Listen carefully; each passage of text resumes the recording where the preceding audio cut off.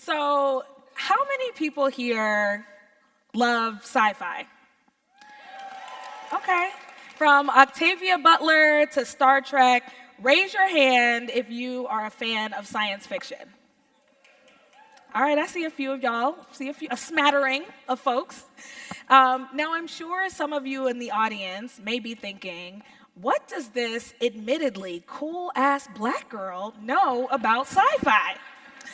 Well, when it comes to my love of science fiction, I can promise you I got it honest. That means I grew up going to comic book stores with my dad every Wednesday. And yes, only the real nerds know that comic books come out on Wednesdays. And of course, knowing the entire Star Trek canon backwards and forwards by the age of 12. But what I didn't realize was how much the love of science fiction that my dad instilled in me would play a role in my life and my leadership as a nonprofit executive. My name is Elsie Johnson, and I am the founder and CEO of Zora's House.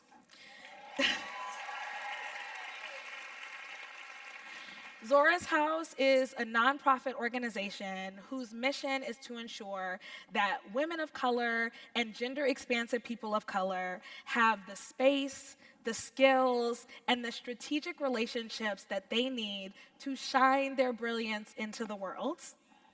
And much like the books and the movies, and yes, even the video games that I love, so much of my work at Zora's House is about imagining a new world and finding the people who want to build that world alongside me.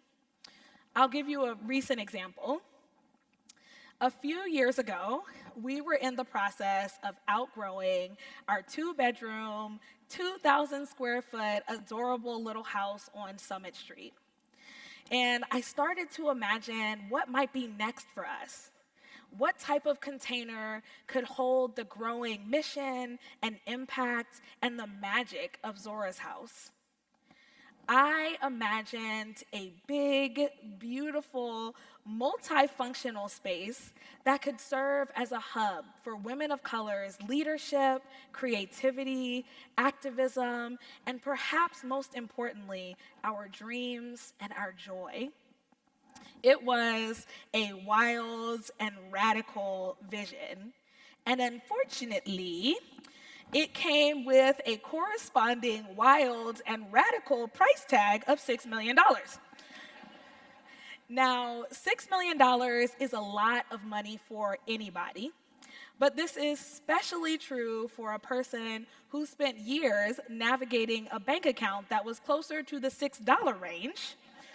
And when it came to nonprofit fundraising, I had raised less than $600,000 in the years that I had been running Zora's House up until that point.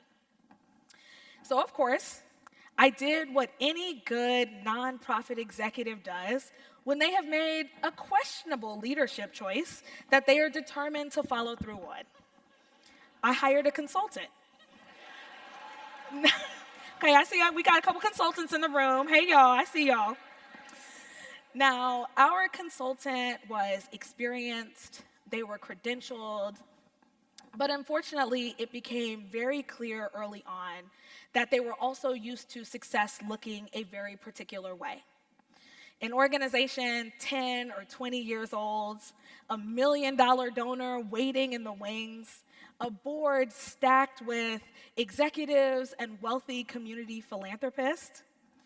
And when they looked at us, scrappy, grassroots, fiercely ambitious, maybe a little bit naive about what we were getting ourselves into, they questioned whether or not we had the skills, the infrastructure, or the connections to really achieve our audacious dream.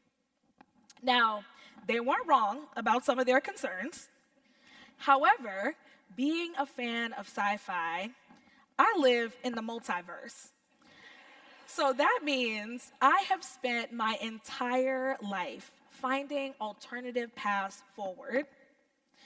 And I knew that a way existed for us, a way forward that did not rely on traditional methods of success, but instead focused on the things that made Zora's House so unique and so special. The depth of the Zora's House community, the trust that we had built, the fire that comes from ancestors who have been making a way out of no way in this country for generations. Amen? Now, one day after a particularly brutal call where our consultants advised us to just give up on the campaign altogether, I remember calling my best friend Lindsay and literally sobbing into the phone. And I asked her, am I crazy? Am I crazy to really believe that I can do this? And she said something to me that I will never forget. She said, Elsie, I know it looks impossible, but you have done the impossible before. And that was when it clicked for me. If I wanted to build something truly radical, build something that had never existed before, then I couldn't rely on people who only knew how to build what they'd seen. I needed women who had done the impossible. And so I found them.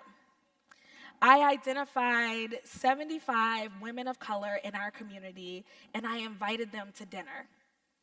And in the time leading up to that dinner, I spent weeks researching each and every woman who was going to attend that dinner.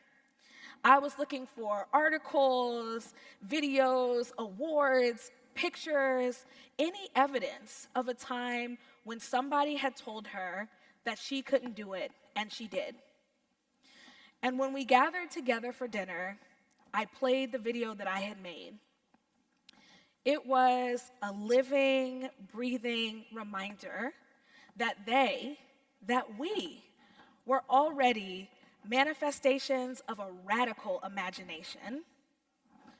And I shared the vision for Zora's House that I had, a vision of a space that could be the physical embodiment of everything we had needed in those moments when we were dreaming our impossible dreams. And I asked them to join me, not to do something they'd never done before, but instead to once again do the impossible. Only this time, I wanted us to do it together. That dinner was the spark that led us to raise $6.1 million.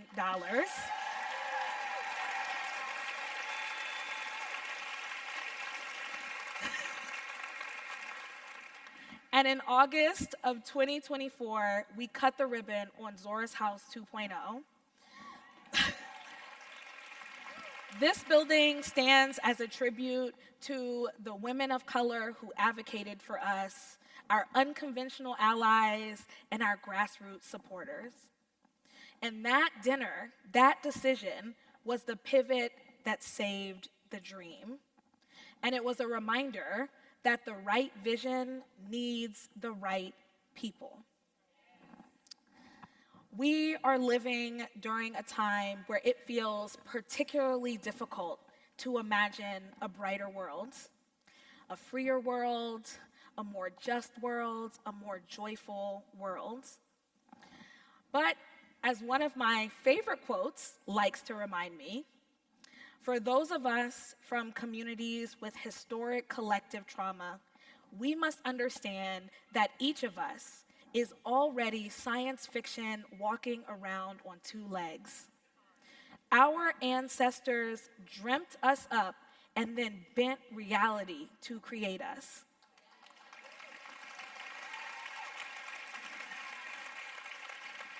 We are living, breathing proof that another world is possible. And if we can imagine that, if our ancestors could imagine that, then we can imagine anything. So tonight, I hope you leave here feeling the power of your radical imagination and committed to finding the people who will believe that imagination alongside you. Thank you so much.